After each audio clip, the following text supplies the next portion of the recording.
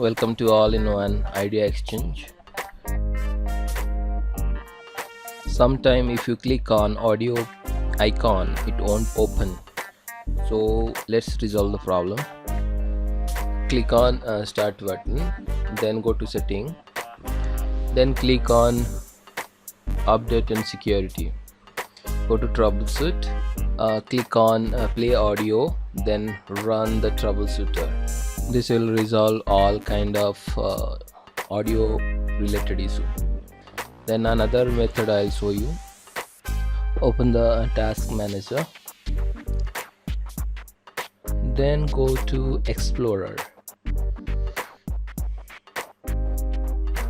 and just restart your Explorer, and this will resolve your issue immediately. That's it. If you like it, give a thumbs up to my video and comment and subscribe please. Thanks for watching.